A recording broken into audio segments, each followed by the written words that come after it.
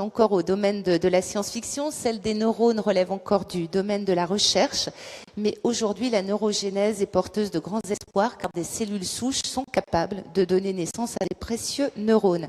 Donc notre encéphale ne se dépeuple pas inexorablement au fil des décennies. C'est une excellente nouvelle et donc ces perspectives passionnantes vont nous être dévoilées par 3 spécialistes. Donc j'appelle à monter sur scène le professeur Anne-Catherine Bachou-Lévy, professeure de neurologie, directrice de l'équipe neuropsychologie interventionnelle à l'Institut Mondor de recherche biomédicale.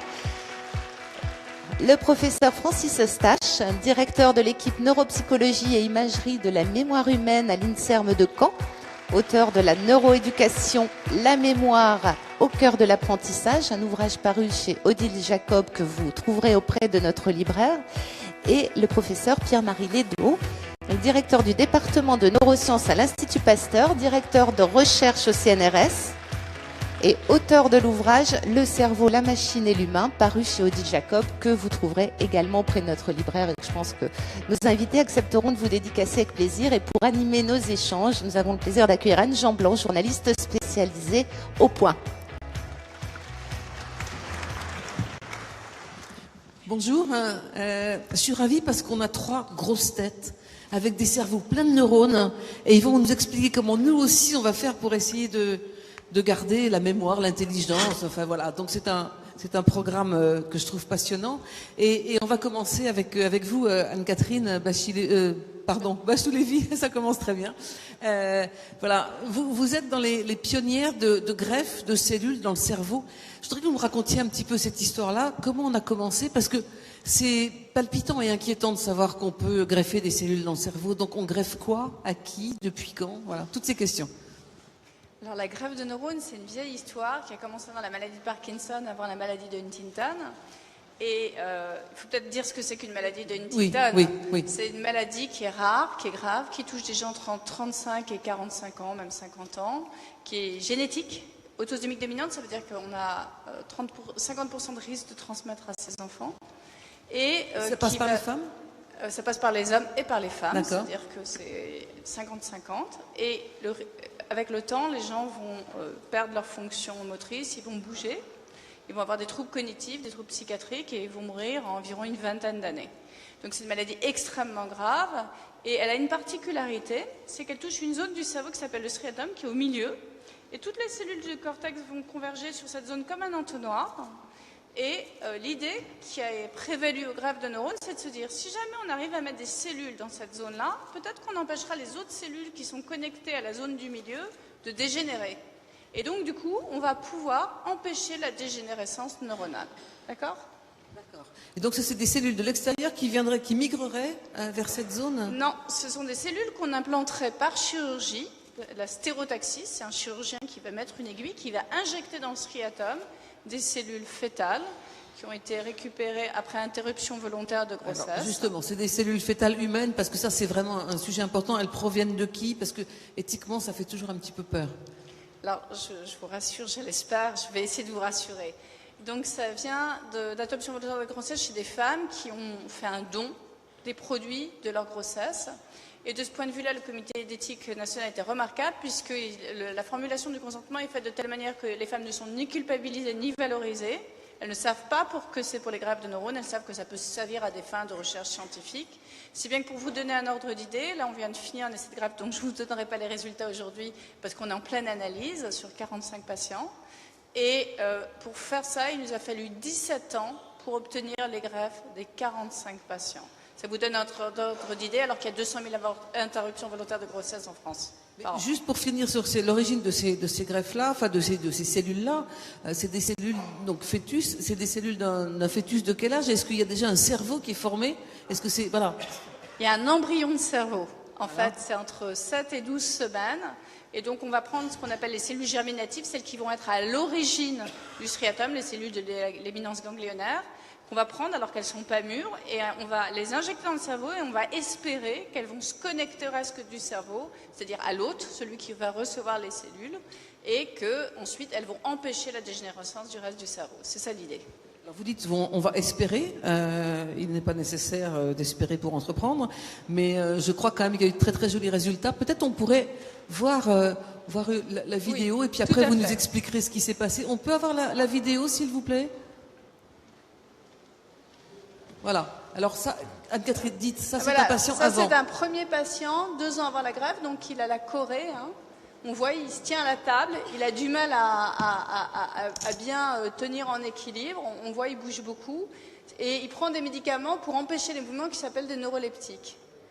Et ce patient-là a été le premier greffé de notre série. Donc on a fait un premier essai pilote dans les années 96 et on les a publiés en 2000. Et donc on va voir le Et maintenant on va voir la deuxième vidéo, donc après traitement. On voit 2 ans après. Je cherche. Ça va C'est moi arriver, qu'on ça voit va. là, c'est pas. Oui, pour vous, oui, pour l'instant c'est vous, c'est pas vous qui avez été greffé. Non, je dites-moi. crois pas que je Bon. sache. Mais Bon. peut-être après tout. On peut avoir la deuxième vidéo, s'il vous Ça, plaît? vous pourrez juger le résultat sur moi, mais toujours pas. Voilà. Voilà. Donc du coup, c'est le même patient. Donc 4 ans après sa greffe, et là, il n'a plus aucun traitement neurologique. Hein, on n'a pas de neuroleptique. Et il est capable de réaliser comme des tâches extrêmement complexes, quand même. Vous voyez, mettre la table. Hein, et ça, c'est effectivement très, très difficile pour certains. Et même d'ouvrir sa bouteille de vin et d'avoir une vie quasiment normale. Hein. C'est très impressionnant pour nous. Ça a été un émerveillement. Quand on a vu ce patient-là, on s'est dit, c'est pas possible, ça marche. Voilà. Ça a marché sur tous les patients implantés à peu près de cette façon-là? Justement. Nous, on avait greffé 5 patients, on les avait suivis 2 ans avant. On a fait une greffe à gauche pour commencer, puis une greffe à droite 1 an après, et puis on les avait suivis encore 2 ans. Donc c'est très long un essai greffe.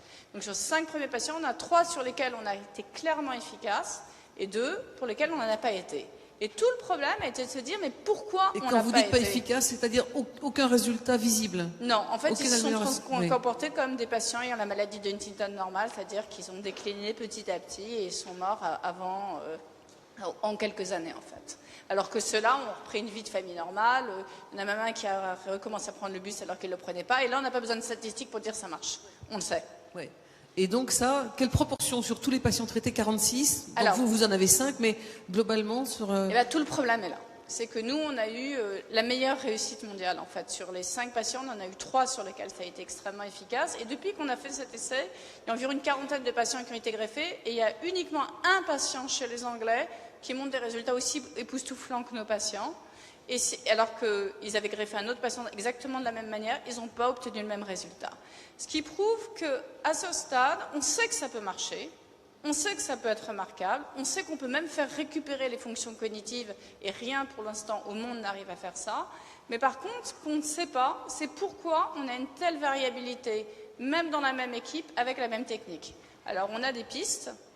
La première, c'est que quand c'est trop tard, c'est trop tard, quand c'est trop tôt, c'est trop tôt. Donc il y a probablement l'état du patient. Et puis la deuxième chose aussi qu'on sait maintenant, et qu'on ne savait pas à l'époque, parce que malheureusement on a refait une première mondiale, c'est qu'on a démontré qu'il y avait des rejets dans le cerveau et une allo-immunisation. C'est-à-dire qu'il y a des anticorps qui se développent contre la greffe et qui vont empêcher la greffe de se développer correctement et de fonctionner correctement. Et ça, c'est quelque chose qui est en pleine recherche actuellement. Alors, Pierre-Marie Ledo, vous avez vu comme moi ces images. Hein. Quand on s'est parlé, vous m'avez dit, moi, les greffes, je n'y crois pas. Alors, convaincu? Absolument. Mais d'abord, j'adore, moi, cette idée d'une chimère où on met du jeune dans du vieux. C'est magnifique. On met du sein dans du malade aussi, quand même. Voilà. Et là, je trouve que c'est remarquable. Et on ne peut... Évidemment, vous avez même utilisé le mot émerveillement. On ne peut être qu'émerveillé devant ces résultats. Mais ça montre bien pour nous tous dans cette salle combien, d'abord, c'est pas la panacée et qu'on est aussi plus en train de faire avancer la science que d'offrir des méthodes thérapeutiques. Il ne faut pas croire que demain, tout le monde pourra recevoir ce genre de thérapie. Donc ça, c'est important de montrer combien, aujourd'hui, il n'y a pas de clivage entre une science fondamentale et une science appliquée. Mais il y a une bonne science, comme il peut y avoir une bonne médecine. La bonne médecine, c'est celle qui aussi cherche à faire bouger les frontières, comme on peut le faire en tant que scientifique. Donc ça, c'est le premier point. Deuxièmement, évidemment, quels sont les écueils? C'est là où il va falloir encore plus travailler pour comprendre comment un cerveau peut accepter des cellules embryonnaires dans une structure fort complexe, presque 100 milliards exactement 86 milliards de neurones, avec un certain âge, avec une certaine façon de travailler, et on amène du jeune dans du vieux, évidemment, on ne pouvait pas imaginer que ça puisse se passer comme ça aussi facilement. Ce qu'on a pu tirer comme règle générale des travaux qui ont été faits un peu avant sur le striatum et la maladie de Parkinson, eh bien, c'était de se rendre compte que les greffes qui avaient été exécutées, je ne sais pas si c'est le cas dans ce domaine-là, malheureusement, ou enfin heureusement pour les patients, ils ne sont pas morts, mais toutes ces analyses, pour vraiment avancer, il faut faire une analyse post-mortem, il faut regarder exactement comment le tissu s'est intégré. Et ce qu'on a vu par ailleurs pour les maladies la maladie de Parkinson, c'est que les personnes qui avaient reçu des cellules embryonnaires, eh bien, avaient montré des effets bénéfiques, super. Mais quand on a regardé de façon post-mortem, eh bien, la surprise était grande de voir que ces cellules n'étaient pas forcément intégrées. Mais finalement, on avait créé un médicament, puisque ces cellules embryonnaires... C'était un magnifique placebo ? Non, ce n'était pas un placebo, c'était un médicament. C'est-à-dire que ces cellules-là, elles n'apportaient pas un effet directement bénéfique, mais elles étaient là par leur facteur trophique. Enfin, disons qu'elles libéraient des substances qui allaient être permissifs pour les circuits endommagés qui pouvaient se trouver réparés, donc indirectement. D'accord. Anne-Catherine, vous voulez ajouter quelque chose et après, Francis, on va vous demander votre avis sur... En fait, je suis tout à fait d'accord avec vous. S'il vous plaît, professeur, bien approcher votre micro. Un détail près, c'est que quand on a regardé 20 ans après les cellules des Parkinsoniens, on s'est rendu compte de deux choses. D'abord, c'est qu'ils avaient les mêmes anomalies, les greffes avaient les mêmes anomalies que ce qu'on peut trouver chez les patients eux-mêmes, c'est-à-dire qu'elles avaient été complètement intégrées. Et en fait, souvent, les effets dans la maladie de Parkinson ne se sont pas révélés fantastiques au bout de 5 ans, mais au bout de 20 ans. Donc, ce qui ouvre encore des perspectives nouvelles. C'est un peu long pour les patients quand même. Hein. Donc, les études ne durent jamais 20 ans. Et c'est pour ça que maintenant, les gens qui suivent les Parkinsoniens qui ont été greffés 20 ans sont étonnés de voir que ceux-là peuvent se débarrasser de la dopamine. Et ça, c'est des phénomènes nouveaux. Francis Eustache, qu'est-ce que ça vous inspire, ces petits films-là ? Moi, bonjour à toutes et à tous. Je vais faire un commentaire un peu de candide, parce que je ne suis pas spécialiste dans les greffes de ce type. Par contre, j'ai suivi, parce que depuis 30 ans, 35 ans, j'ai suivi l'équipe de Créteil, on se connaît bien. J'ai connu aussi les réticences qui est au début, tout ce qu'il a... Bon, il y a eu un travail considérable. Et là, je crois que j'ai formé un souvenir durable. C'est les 2 films qui ont été passés sur ce jeune patient, et puis le visage d'Anne-Catherine entre les 2 films. Et c'est une belle image de la neuropsychologie. La neuropsychologie, c'est un chercheur passionné, médecin, psychologue, et un malade. Et c'est très important. C'est la recherche, on avance comme ça avec les patients. Et j'ai trouvé ce duo très séduisant. Alors maintenant, on va partir dans un autre rêve, enfin rêve peut-être réalité d'ailleurs. Hein. C'est votre quête des cellules de jouvence dans le cerveau. Donc vous travaillez beaucoup sur les cellules souches. Hein. Qu'est-ce qu'on peut en attendre ? Qu'est-ce qu'on en attend ? Enfin, qu'est-ce qu'on peut en attendre aujourd'hui et dans l'avenir ? Comment on peut faire repousser du neuf dans du vieux, comme vous le disiez tout à l'heure ? Oui, en fait, pour que tout le monde puisse comprendre, il faut savoir que depuis les années 1980 et un peu après, eh bien, l'idée que nous naissions avec un quota de neurones et qu'après 25 ans, malheureusement, nous ne ferions qu'en perdre. Et on s'est rendu compte que c'était faux, qu'il y avait des cellules dans notre cerveau qu'on qualifie de cellules souches parce qu'elles sont comme la souche d'un arbre à l'origine des différents types cellulaires qu'on va trouver dans un cerveau. Et donc ces cellules-là, on s'est rendu compte qu'elles pouvaient constitutivement, de façon naturelle, sans rien faire, donner lieu à une production chronique de neurones. Donc il faut imaginer un tapis roulant qui amène de la pouponnière où elles naissent, ces cellules naissent en permanence, et un tapis roulant qui va les acheminer. Mais il y en a beaucoup sur le tapis roulant, enfin c'est un flux très continu. Il ne faut pas exagérer non plus, hein. Heureusement, parce que sinon on aurait du mal à garder des souvenirs si à chaque fois, pendant que je vous parle, tiens, hop, je viens d'incorporer un nouveau neurone, j'ai oublié ce que je voulais vous dire. Donc il y a quand même il y a des limites, évidemment. En fait, chez un rongeur, là où les études ont été bien menées d'un point de vue quantitatif, on a à peu près 1% par jour, c'est quand même pas mal, dans des structures très particulières comme l'hippocampe, en raison de la forme du cheval marin, de cette structure. Et c'est une structure, et je pense Francis en parlera aussi après, qui est importante parce qu'elle est la tour de contrôle pour former nos souvenirs, mais également nos émotions. Et donc c'est intéressant parce que, par exemple, aujourd'hui, on découvre a posteriori, une fois que le Prozac est arrivé sur le marché et qu'on en a tous, on s'en est tous gavés, comment agit Non, pas tous, non, s'il pas vous plaît. tous, mais en France, cocorico, hein, on est très fort hein, là-dessus. Eh bien, on découvre comment fonctionne le Prozac, c'est-à-dire qu'il stimule cette pouponnière et les neurones qui vont naître en présence de cette substance. Je vous rappelle, on est tous censés produire cette molécule naturellement. Hein. Ça s'appelle la sérotonine. Et si vous voulez lui donner un attribut particulier, c'est l'hormone du désir. Voyez. Et du plaisir. Ah non, le plaisir, Ah non, c'est la dopamine. Hein, c'est la dopamine. Le plaisir, c'est quand je consomme quelque chose. Je vous laisse deviner ce que je peux consommer. J'ai du plaisir. Mais par contre, quand je simule ce que je vais consommer, je suis dans le désir. Et donc, j'émets la sérotonine. Et on s'est rendu compte que la sérotonine était en fait un moteur de cette division de cellules souches. Donc, neurogénèse constitutive. Après, on s'est rendu compte qu'il y avait une neurogénèse réactive. Si je prends une poutre sur la tête, alors que mes circuits étaient stables, eh bien, je peux voir des cellules particulières se dédifférencier et pouvoir produire des neurones pour remplacer ceux qui ont été endommagés. Donc là, il y a beaucoup de progrès à faire encore, mais il y a une neurogénèse réactive en réaction à un trauma, par exemple. Et elle ne peut pas être en réaction à une maladie comme Huntington, par exemple, ou comme Parkinson, qui détruisent des neurones? Alors, c'est justement tout un domaine qui est nouveau maintenant, qui vise à comprendre le cerveau non plus comme une boîte noire, mais à l'interface avec un milieu intérieur, les hormones, le système immunitaire. On a entendu parler de comment le système immunitaire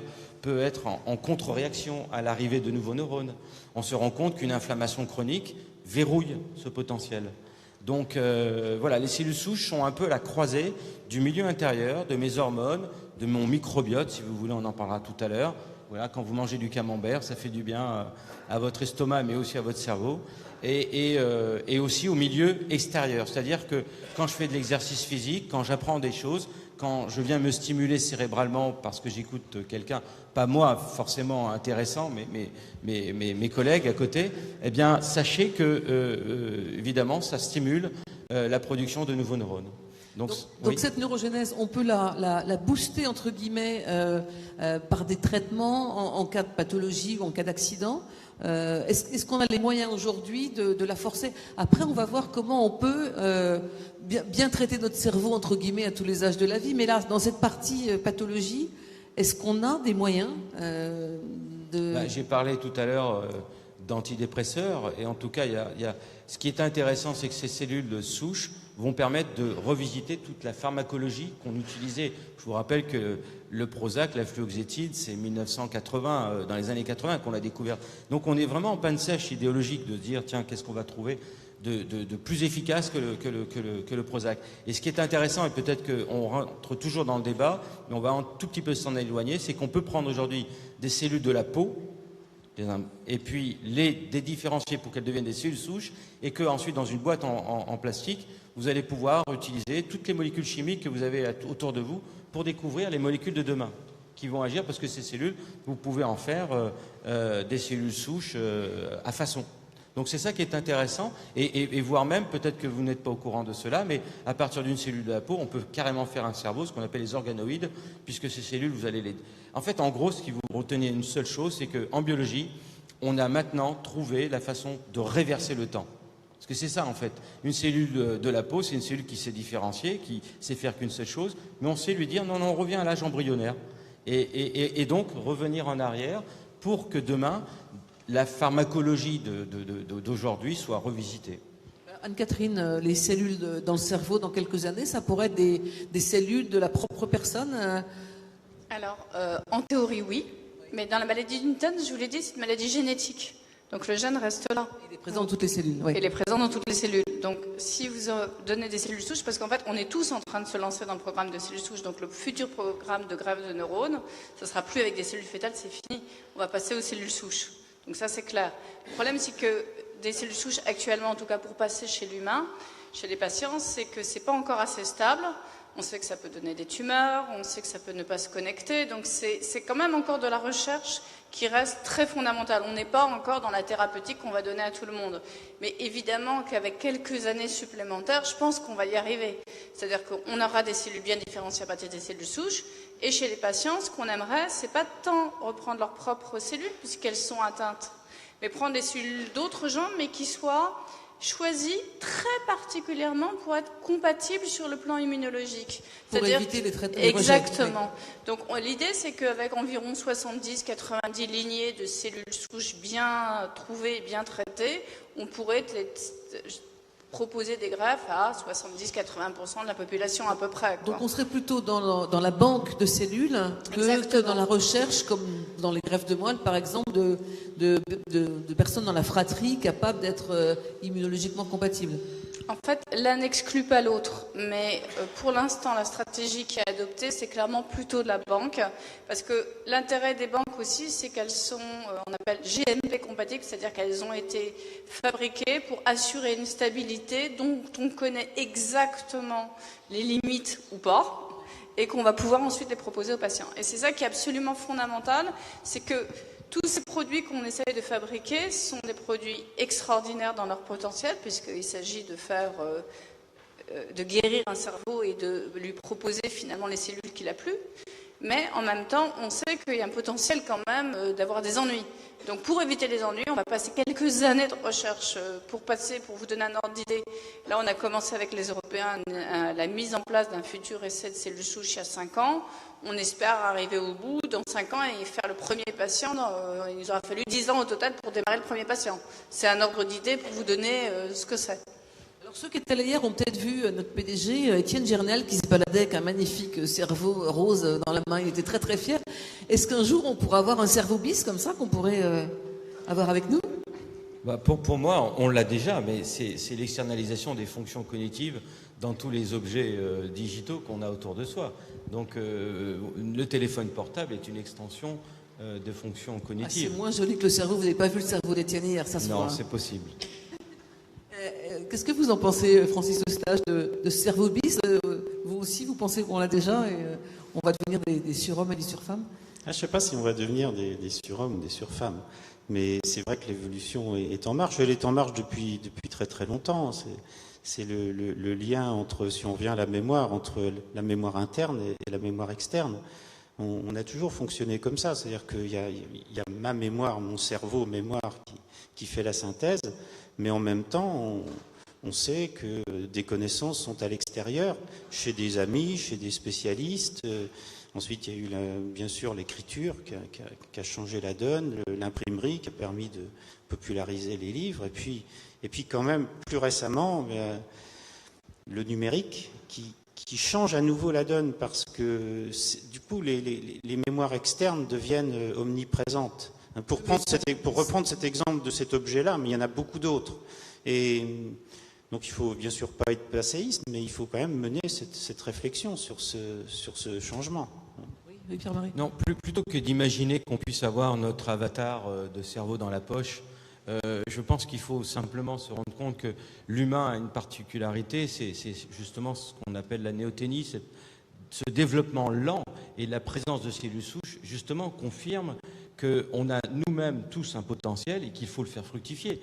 Quand on regarde les facteurs environnementaux qui vont stimuler la prolifération de neurones dans notre hippocampe ou celles qui vont s'introduire dans le striatum, on va se rendre compte que c'est l'émerveillement, on va se rendre compte que c'est l'exercice physique, on va se rendre compte que le désir joue un rôle éminent. Donc on a comme ça tout un tableau de facteurs permissifs, d'autres qu'il faut éviter.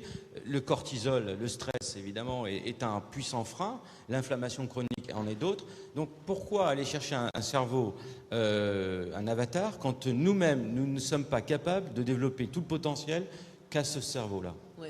D'autant plus, alors ça vous m'avez raconté tout à l'heure, on a parlé de la maladie de Huntington, il y a eu un papier récemment de quelqu'un qui avait un témoignage qui semblait très très négatif, et vous disiez qu'au contraire, cette maladie reste effectivement terrible, mais que vous vous étiez rendu compte que la qualité de vie jouait, et que dans vos ordonnances, vous leur dites cinéma, théâtre, chocolat, & co. Oui, effectivement. Alors, ce sont des prescriptions qui sont très originales, effectivement, dans mon service, puisque dans le centre de référence Huntington. Mais ça fait des années qu'on s'était rendu compte que quand les patients croyaient en leur vie et arrêtaient de se voir juste comme des patients, mais juste comme des gens qui se trouvaient avoir une maladie, on arrivait à les remettre petit à petit sur les rails de leur vie, leur donner juste l'idée d'avoir des projets, d'avoir envie de vivre, d'avoir envie de courir, d'avoir envie de manger, de boire, de profiter de la vie, et bien ils allaient mieux. Et alors quand on disait ça aux patients, ils avaient du mal à nous croire. Quand j'ai commencé ensuite à prescrire des cinémas, des restaurants, alors c'est pas la Sécu qui remboursait, mais c'était juste pour donner le poids médical, pour dire bon voilà, on peut le faire. Et puis il y a des choses extraordinaires qui se développent en France que les gens ne connaissent pas. Ça s'appelle les SAVS, c'est des aides de la vie sociale. Quand les patients sont chez eux tout seuls, eh ben, on va les chercher, on les emmène au bord de la mer, on les ramène. Il y a des tas de choses qu'on peut faire en France qui sont assez fantastiques et dont on parle pas assez et qui ne sont pas assez répandus. Et il y a eu enfin un papier qui a montré que si on prenait des souris d'une même fratrie, il y avait des souris qu'on n'embêtait pas, qui étaient dans leur cage, on leur donnait à boire et à manger, puis on ne s'occupait pas d'elles. Et puis à côté, il y avait les mêmes souris Huntington, la même fratrie, qu'on mettait dans la cage d'à côté, mais on leur gratouillait le ventre, elles faisaient triple supérieur arrière, on leur mettait à manger, on leur mettait une piscine, etc. On leur racontait des histoires, mais ces souris, elles vivaient 2 fois plus. Et pourtant, on n'avait rien fait d'autre. Et donc l'idée qu'on peut effectivement, quelque part, alors régénérer ces cellules, je laisse tout à fait Pierre-Marie dire ce qu'il en pense, parce qu'il est beaucoup plus spécialiste que moi dans ce domaine, mais ce qui est sûr, c'est que ça fait du bien. Alors, et ça, c'est important. Voilà. Je voudrais justement le mot de la fin sur ce qui fait du bien, Francis Eustache. Vous êtes quand même un grand spécialiste aussi du cerveau, mais sur l'entretien de la mémoire, hein, donnez-nous la recette, hein, avant qu'on passe la parole à la salle. Alors ça va pas être le mot de la fin, ça va être les mots de la fin, parce qu'il faut, il y a pas une recette, il y a beaucoup de choses, et il y a beaucoup de travaux scientifiques récents qui datent à peu près du début des années 2000, avec ces notions de réserve cérébrale, de réserve cognitive. Donc il y a bien sûr tout ce qu'on vient d'entendre qui est passionnant, à la fois les greffes, la neurogénèse, etc. Mais il y a quelque chose de beaucoup plus simple, c'est que nous-mêmes, en quelque sorte, le cerveau est un organe très particulier parce qu'il est capable de lui-même de provoquer, de mettre en place des mécanismes qui vont nous protéger. Mais quand vous dites réserve, je vous interromps, excusez-moi, est-ce que ça veut dire que c'est pendant l'enfance qu'il faut se constituer un capital le plus important possible pour l'entretenir et vivre dessus, ou est-ce qu'on peut espérer à tout âge de remettre des sous dans la réserve? Alors l'enfance, vous savez, là, je ne vais rien réinventer. L'enfance, l'éducation, c'est un concept, c'est vraiment le fondamental. Et puis après, il y a tout au long de la vie. Il y a comment on va être plus ou moins exigeant. Alors, c'est réducteur de dire ça, parce que ça voudrait dire qu'on est tout seul à décider. On n'est pas tout seul à décider. L'éducation, c'est pareil. On a la chance de naître et d'évoluer dans un environnement plus ou moins favorable, plus ou moins aimant, plus ou moins éduqué, etc. On n'est pas tout seul. On n'est jamais seul. Hein. Cette notion-là est très importante. Et ce que disait Pierre-Marie, c'est très important. Notre cerveau, il est dans une boîte, certes crânienne, mais il est en lien avec l'ensemble de notre corps. Et puis, il est en lien avec l'extérieur. On voit les petits bébés, les tout petits bébés, on voit tout de suite qu'ils recherchent l'extérieur. Et s'ils ont la chance de trouver en face d'eux des gens qui l'aiment, c'est bien parti, quoi. Mais bien sûr, il y a d'autres maladies qui peuvent survenir. Et donc, ce que je vous raconte là, qui a l'air un peu poétique, ce qui est formidable, c'est que les scientifiques nous le montrent. Alors les scientifiques qui travaillent sur les milieux enrichis, dont tu parlais tout de suite, avec des souris, des rats qu'on met dans des ambiances festives. Le triple salto arrière du rat, ça c'est quelque chose quand ça même. fait très envie, mais on le montre aussi chez les humains. Alors avec des études qui sont parfois très complexes, hein, où on va suivre comme ça des cohortes de personnes pendant des années, parfois des décennies. Et là, ce sont les neuroépidémiologistes qui font des travaux exceptionnels et qui montrent, en revenant à la source de toute l'histoire de ces personnes, eh bien, ce qui va conduire certaines à développer des maladies plus ou moins tôt. Par exemple, les grandes maladies dégénératives comme la maladie d'Alzheimer, eh bien, cette maladie d'Alzheimer, ça ne veut pas dire qu'elle n'est pas dans le cerveau des personnes, mais elle va se manifester plus tard chez des personnes qui ont bénéficié d'un certain cadre de vie. Alors, bon, il y a l'éducation au début, mais il y a aussi tout au long de la vie. En fait, tout ça est lié, parce que quand vous avez une éducation au départ qui vous invite à apprendre, ben vous allez continuer à apprendre. Vous voyez, c'est une espèce de cercle vertueux comme ça. Bon, l'éducation, la culture, les relations sociales. Neuroplanète, c'est top, c'est top. Ah bah ça, je suis bien d'accord avec vous, ça. Il n'y a aucun souci là-dessus. là-dessus. Vous avez tout, vous rencontrez des gens, vous apprenez des choses. En tout cas, moi, j'apprends des tas de choses. Et puis, vous avez marché un peu sur la prom, ce qui est quand même pas désagréable, parce qu'il y a l'activité physique, ça a été redit. Alors, tout ça, ce sont des mécanismes différents. C'est là que ça devient compliqué. Parce qu'il y a la neurogénèse, mais il ne faut pas tout miser sur la neurogénèse. Ce serait un mauvais calcul. C'est plus compliqué que ça. Vous voyez, il y a d'autres mécanismes qui entrent en jeu. Il y a des réseaux qu'on va renforcer dans notre cerveau, qui vont devenir très très solides. Et donc, en cas de maladie, en cas disons d'effraction quelconque, eh bien, notre cerveau va être plus résistant. Puis il y a aussi des mécanismes qui vont compenser. C'est-à-dire qu'on va avoir des réseaux qui vont être efficaces pour faire certaines choses, mais pour faire une activité qu'on a du mal à faire parce que notre cerveau est défaillant, on va trouver des mécanismes compensatoires. J'aime pas la notion de muscle, vous voyez, de cerveau qu'on muscle, c'est trop simple. Le cerveau, il est beaucoup plus subtil qu'un muscle. Mais l'idée derrière, c'est ça, c'est qu'on accumule de la réserve et qui nous permet de vieillir dans de meilleures conditions ou de faire face à une affection, qu'elle soit d'une nature très différente. Ça peut être un cancer, ça peut être un traumatisme, même un traumatisme psychique. On va mieux y résister si on a toute cette réserve, qui est une réserve à la fois personnelle, mais avec notre entourage. C'est vraiment essentiel de voir les choses comme ça.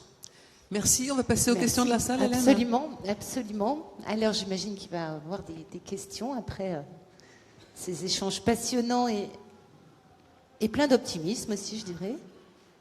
Oui, madame. Juste ici, s'il vous plaît.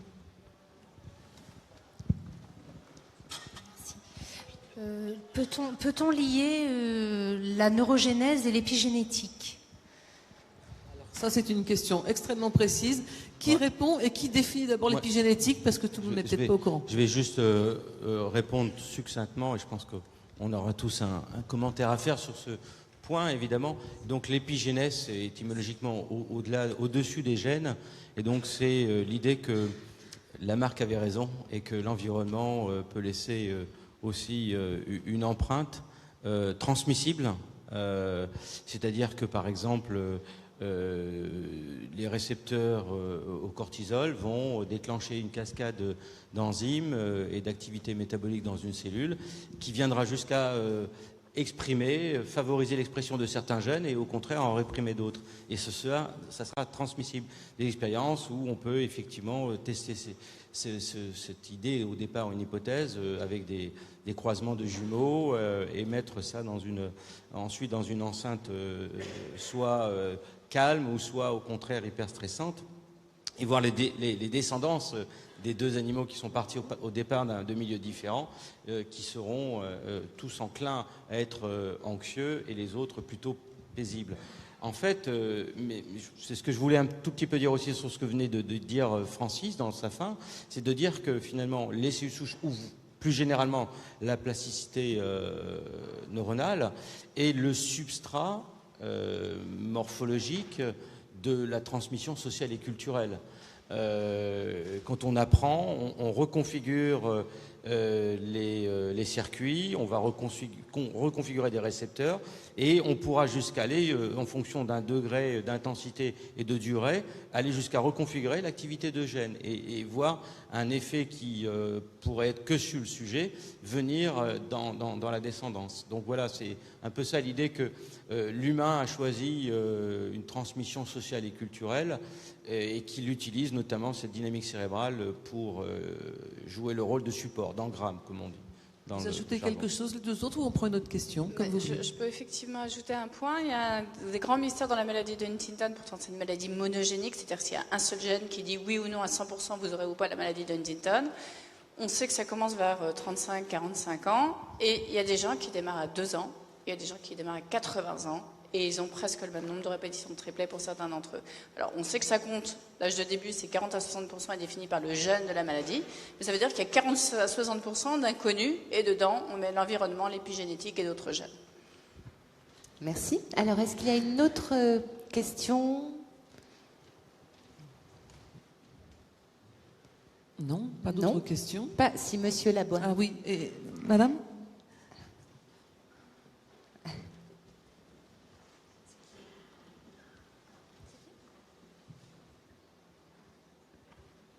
Oui, la question que je voulais poser, je voulais savoir si au niveau des politiques de santé publique, il y avait, on va dire, vraiment une orientation forte, une politique délibérée pour mener des plans en vue de permettre justement de prévenir ces troubles-là, une politique de prévention justement et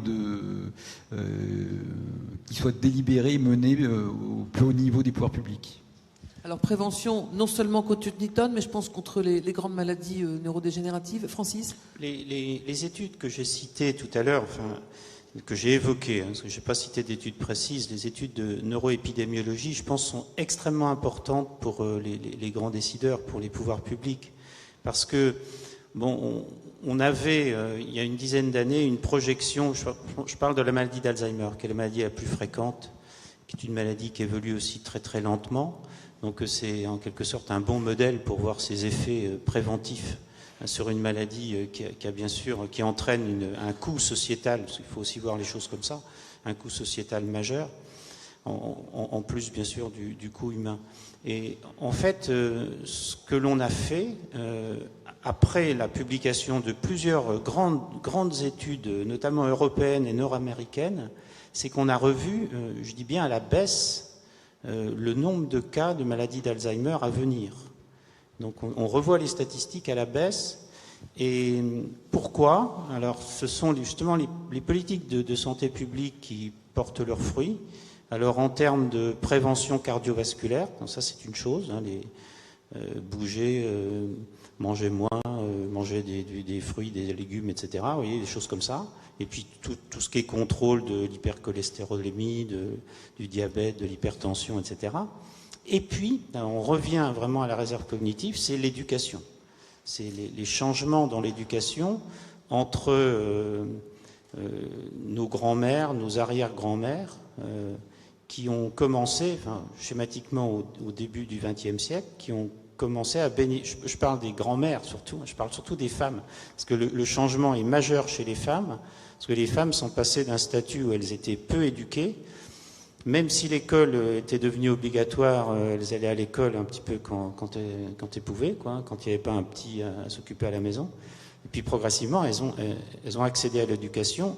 Et par contre-coup, enfin, ce que j'expliquais tout à l'heure, par contre-coup, elles ont bénéficié de professions plus importantes, plus avec des responsabilités. Elles ont acquis des places dans des réseaux sociaux plus stimulants, etc. Et tout ça fait que aujourd'hui, elles développent moins la maladie d'Alzheimer. Elles la développent plus tardivement qu'il y a une vingtaine d'années. Donc ça, c'est quand même un résultat qui est extrêmement intéressant.